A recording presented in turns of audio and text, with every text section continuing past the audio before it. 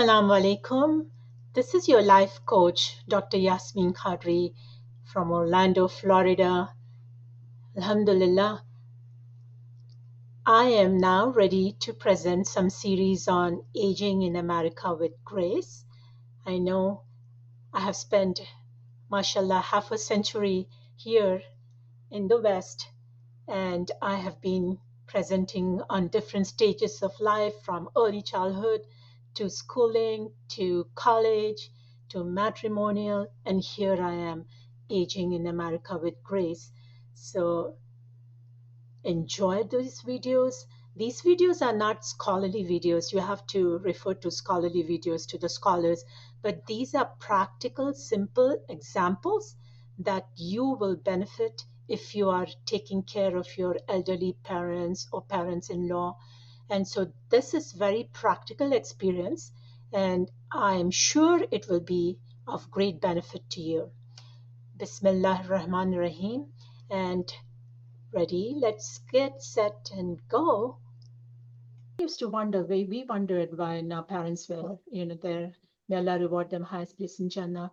Like, why is Allah saying, not even say, how is that difficult? But when you experience this, we realize. So I really want to share more of our experiences and how we can connect to fulfill this command from Allah subhanahu wa ta'ala.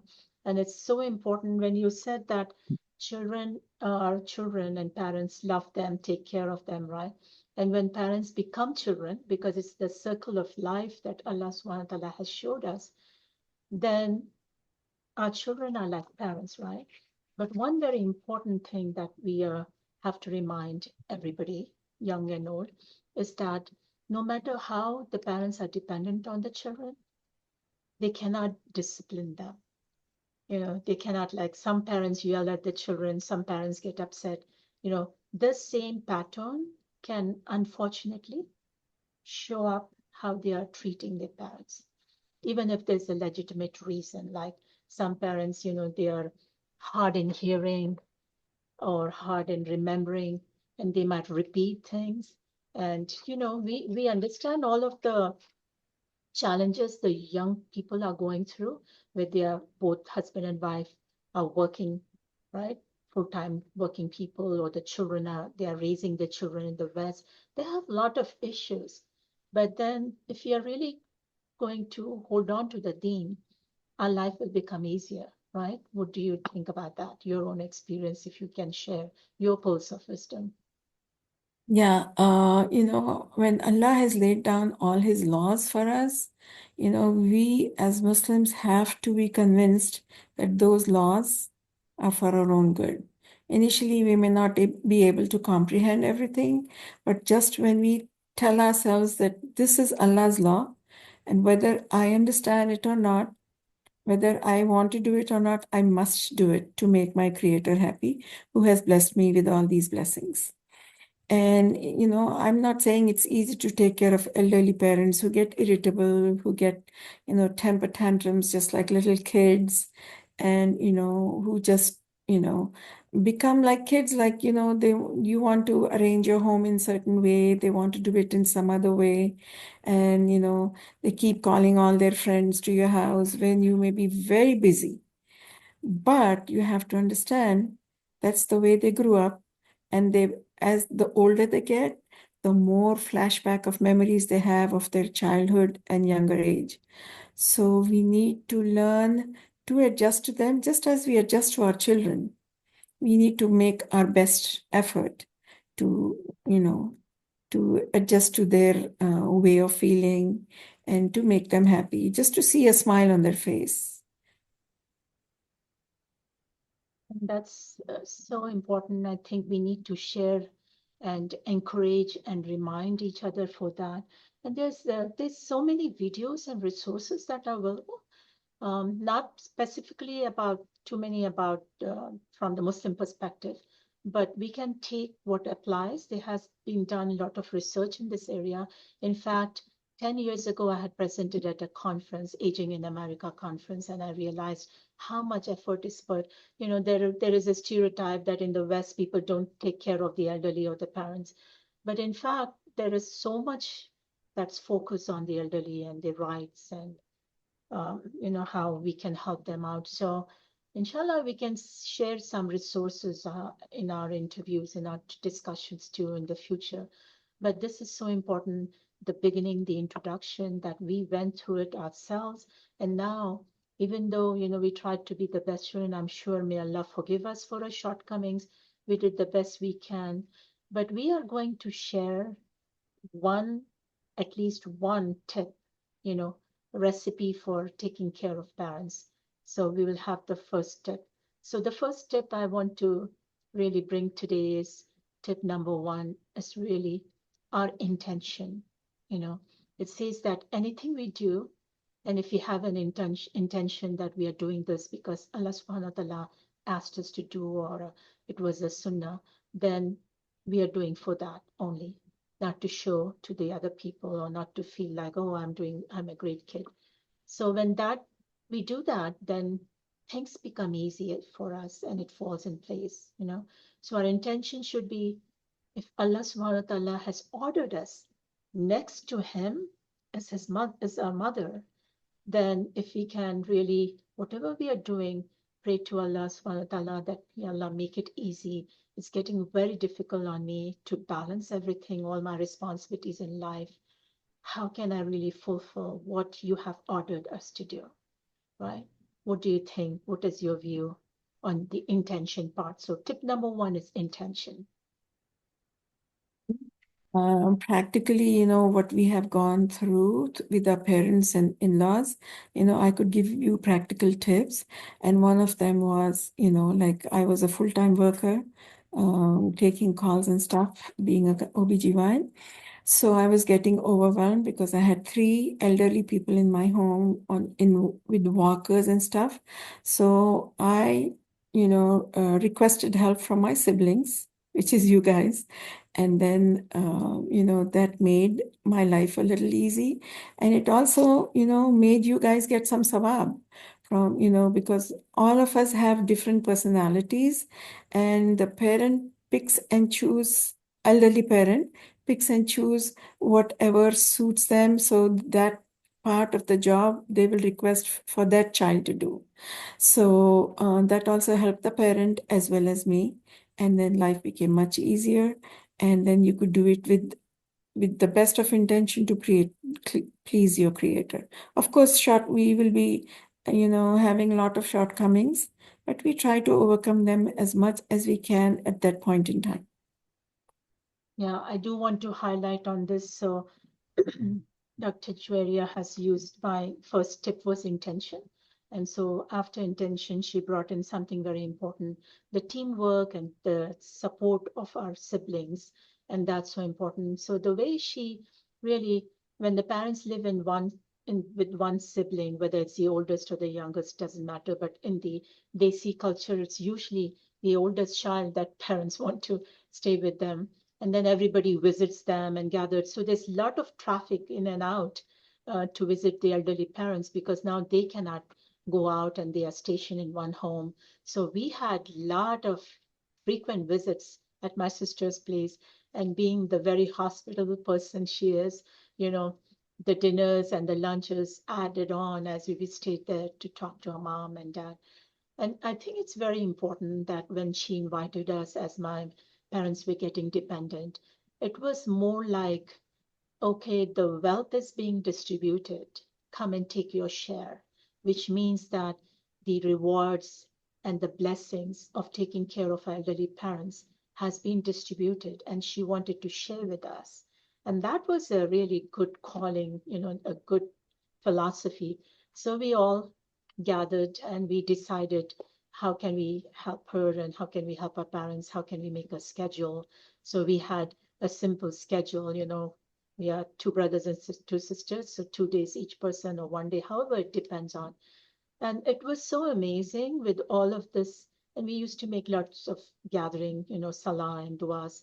And it was very amazing to see how each one of us had our own place in taking care of the parents. My sister being a physician, she was taking care of all of the medical concerns and issues. doctors, talking to doctors, checking with the medications. That's very hard because people will say different things. So we had all our trust in Dr. Jowairia. So she guided us and she explained to us every time there was a new, illness and we did not understand why mom is doing this or dad is doing that. She would give us a counseling and explain to us this is how it happens. And then my brother would always take care of taking them to the doctor's offices. And that's a lot of time. It's very long time that it goes on, right? So that's how it was. And then I, my part was a little easier, but I was the kind of the counselor.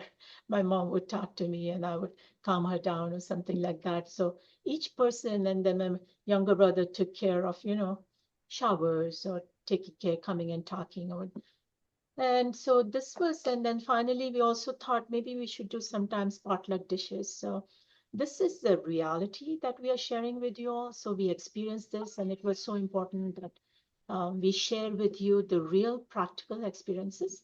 And for today, we shared with you two tips. First was our intention, that our intention should be very focused on pleasing Allah subhanahu wa ta'ala. And the second was teamwork, siblings, and how we can have one, leader and we all follow and we support each other. It's a tough time to see our parents declining and we we get to know that they'll be leaving us very soon. So it's very emotional time for all of us. And at this time, it can get very emotional. It can become a conflict, family conflict. And we are going to talk about this tip in our next session. Do you have anything to add, Dr. Jowairia? Of how Allah chooses one sibling amongst the many, no matter if you have 2 or 10 or God knows how many. He chooses one, making him or her his beloved in taking care of the parents.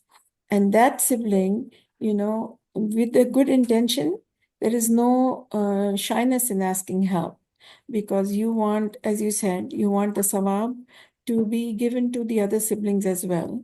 So as much as they can, of course, the one where the parents stay in that home, that person has the maximum, you know, responsibility. But at the same time, when your siblings share whatever they can, that is a big help.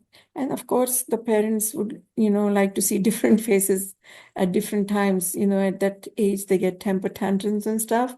So if they get mad at one kid, then there is another one replacing. So, as a teamwork, as you said, and with the best of niyyah to please your creator through your parents, inshallah, you can attain Jannah on earth. Inshallah. Inshallah. So you brought a very important point how, the parents who are stationed in that home, um, they are all, that child is seeing day and night of the progress and of the challenges. And other siblings, they come as visitors and parents act different when visitors come, not intentionally, but, that's how the children are. They act different. So they act differently. And so unless the host brings this to the attention, listen, I need some help. Um, Others may not realize the intensity of that help. And we do not have to wait, right? You did not wait until the volcano erupted and you got stressed out and you were like, how come nobody's doing anything? You never, Alhamdulillah, you didn't wait till that last moment. I don't know, because you had the strength of the the spiritual strength, and also it could be the medical knowledge that you had, that you saw the progress, and I think that's such an important point, that we wait sometimes till the last moment when we cannot take any more and we feel like we are now going to drop everything, and then we call and shout. So preventive measures are very important, letting people know this is coming up and I may need your help, and then also defining what kind of help you need. And I think you laid those principles down so clearly. You were so direct, you know. I mean, I'm not saying it's a garden of roses when this happened, because some of us felt like, okay, now why do we have to come, because we were so programmed with our own busy lives. So we were like, now we have to add another portion to our busy schedule. But when you said that, this is how many days or months you would be spending time with your parents and make the best use of it, then that was an awakening for all of us. I think it's very important that how you say it and what you say it is so important to keep the family intact. Okay, so let's end here, and inshallah, we pray to Allah subhanahu wa ta'ala to guide all of our young who are fulfilling this responsibility. May Allah guide them to not utter off and lower Mhm. the wings of humility so their parents can leave this world with dignity and grace. And later on, the children will feel like they have done their responsibilities, because regrets can be very, very, can hurt us a lot, right? Once the parents are gone, then you feel like, oh, why didn't I do this? In spite of all that, mashallah, good care of parents, we still remember them and we still talk to each other, right? I wish we did this better. I wish we did that better. So we don't want regrets where the whole life they're regretting. And then the worst part is we don't want their children to observe them and learn from them negative behaviors. Okay, Can Jazakallah I khair. add a sentence there? Yes, sure. Yeah. See, the thing is, our deen is such a beautiful way of life, you know, and in our deen, we need to act in the present moment so that we don't regret the past or we don't worry about the future. So, at that, like, say for today, at this moment in time, whatever strength or talents Allah has given me, and with all the situations in the family, with the profession, and with the friends and all, how am I acting? Am I trying my best to please my creator? You know, what I could have done now compared to then, maybe a very different story. But do I have regrets? You know, you can never do enough for your parents, but I really don't have regrets because at that point in time, I tried my best to do what I could to to make my parents happy. And may Allah forgive me for any shortcomings, but that's how our deen is. Allah will just ask you in that present moment, what did you do? How did you, gather all your strength? Yes, so we want to end with this surah, Bismillah Rahman Rahim, and to save time, I will just read it in English. Surah Al Asr. We remind each other about this surah, right? And Allah says in it that by time, verily, man is in loss, except those who believe and do righteous good deeds and recommend one another to the truth which Allah has ordained, and abstain from all kinds of sins and evil deeds that Allah has forbidden, and recommend one another to patience. Okay, so we have to recommend each other for patience and value our time because it goes by so fast. And we have to also remind each other of the righteous deeds that Allah has bestowed on us, the opportunities. Thank you so much. Inshallah, see you all. Hopefully, this would be of value to the young who are now going through these challenges, inshallah, and blessings. Assalamu alaikum rahmatullahi wa barakatuh.